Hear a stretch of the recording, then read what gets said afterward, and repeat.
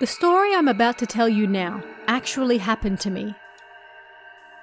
I found myself in all sorts of dangerous situations as a child that resulted in various light injuries. When I was in elementary school, I tried reaching for the snacks at the top of the cupboard when my hand slipped and a plate fell down. Judging by the position of the plate, I thought it would hit me on the top of the head, so I watched it fall with my eyes open. But then it seemed to avoid me, like there was a barrier, and fell to the floor beside me. What the? The shards of the plate shattered near my feet, but again, like they were trying to avoid me. I told my mother about it, but she said there was no way and didn't believe me. But it really did happen. Then, several years later,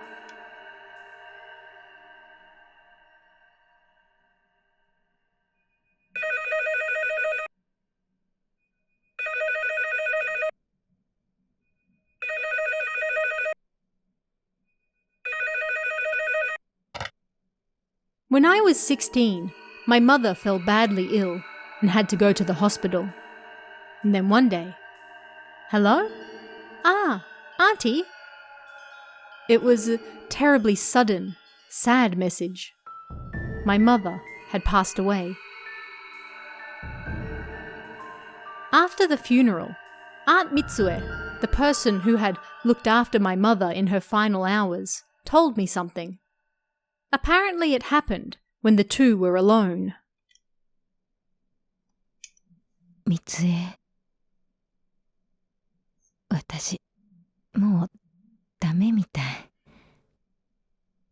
死ぬ前に一目あの子たちの花嫁姿見たかったわ。きっと綺麗でしょうね。What are you saying? Then you need to get better right away. みつえ、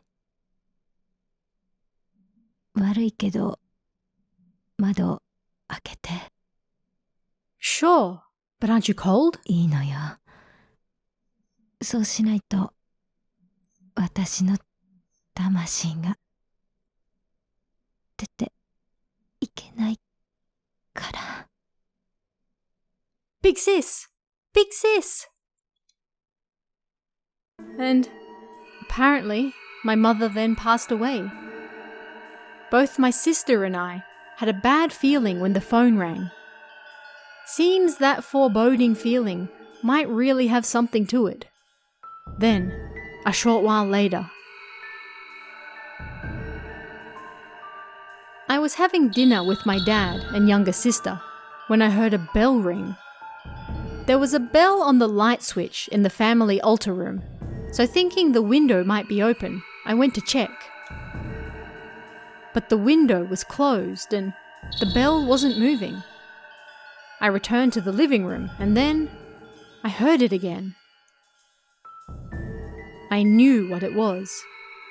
Then my father and sister heard it too. Maybe it's Mum. Maybe she's saying that she'll always watch over us, so not to worry. I started crying. That bell ringing sounded like my mother's voice, like she was saying not to be sad. She was right there with us. My father and sister teared up as well. It was a beautiful sound. Our mother was watching over us. Several years later, when I was out having dinner with my sister and a friend, it had been a while and I was a little drunk. I went to the toilets to freshen up my makeup, and when I looked in the mirror, I saw a white snake crawling around behind me. Eh? I turned around, but nothing was there. Maybe I drank too much. I didn't think much of it and returned to my seat. We continued talking, but then suddenly, I felt myself starting to fade. Everything went dark. When I came back to, I felt lethargic and could barely open my eyes. Sis! Oh, thank God! Her eyes are open. She's okay now. Before me, I saw my sister and aunt's faces. What happened? Why am I here? I realized I was in bed at my aunt's house. This is what I then heard from my sister and aunt.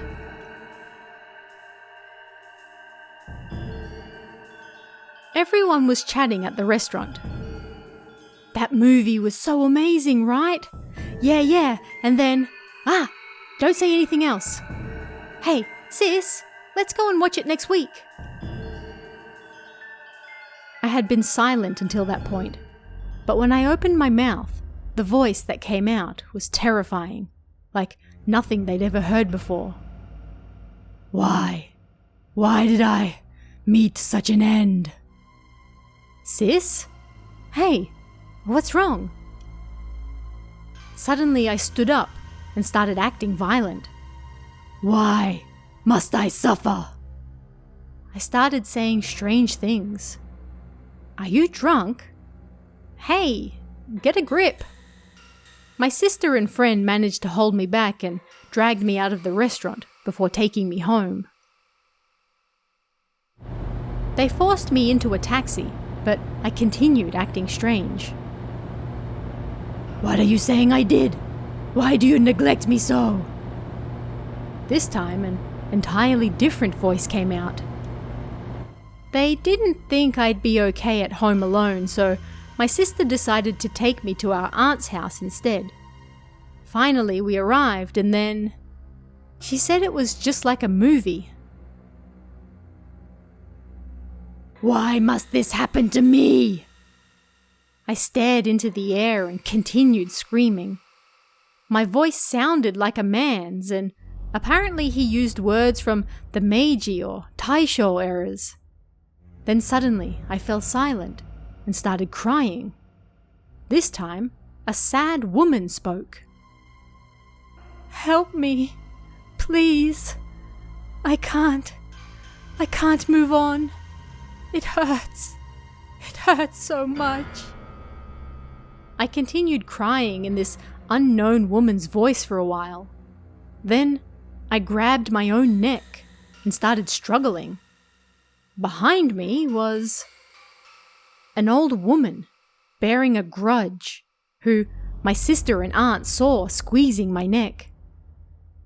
I can't fight it much longer. Do your best. Live for me, I said to my sister, and then fell to the floor. Before long, I sat up again, and a male voice said, I am this girl's father's ancestor. I have been neglected, and I am unable to move on. At 6 a.m., I will take this girl with me. Okay? You got it? 6 a.m.? My sister looked at the clock, and it was apparently 11 p.m. Auntie, what are we going to do? Pray. We must pray. We must help him move on, or Yayoi will be in danger.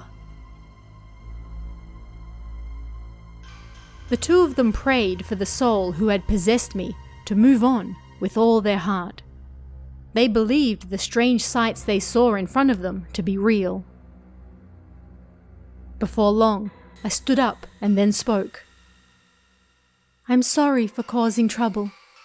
I will do my best, so please help this child. The calm voice was that of my mother's. That voice just now. Yes, that was my older sister. Mum came to help. Aunt Mitsue, let's keep going.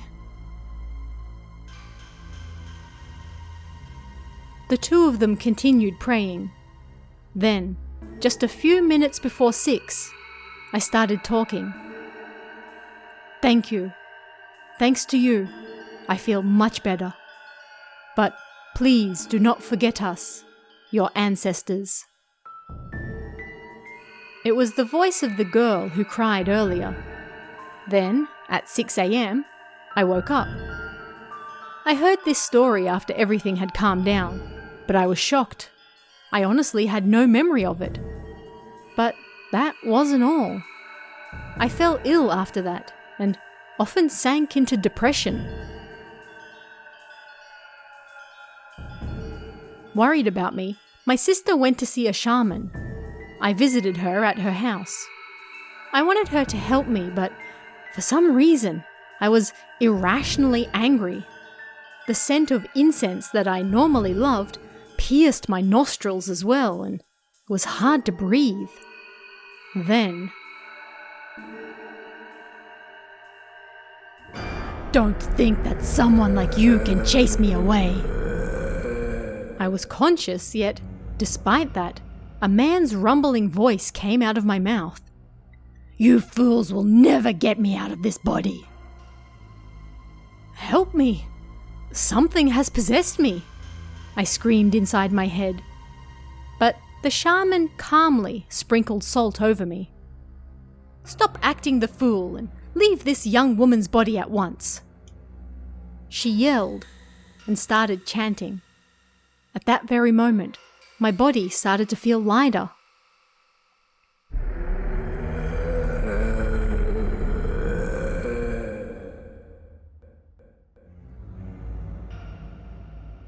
It was like electricity ran throughout my entire body. As the shaman chanted the 9-character charm, my mind and body felt clearer than ever. Then the shaman said, "After you were possessed the first time, other spirits found it easier to possess you too. This wasn't your ancestor, however, but a rather nasty spirit. You should go and pay your ancestors a visit, however." All of this started to happen after we neglected their graves. When we went to visit them, it was understandable that they were angry. There was moss growing all over them like blood, and the roots from the nearby trees were strangling the graves. We cut the roots, washed the stone clean, and prayed from the bottom of our hearts. I had no idea they were suffering that much. My father was the eldest son, so they must have spoken through me to make him understand. Even now, we are still taking good care of the family death register. We have changed our family altar, and we pray for both our mother and our other ancestors together. Nothing strange happened again after that. It's important to pray for your ancestors every day, even though it may be easy to forget. You haven't forgotten, have you?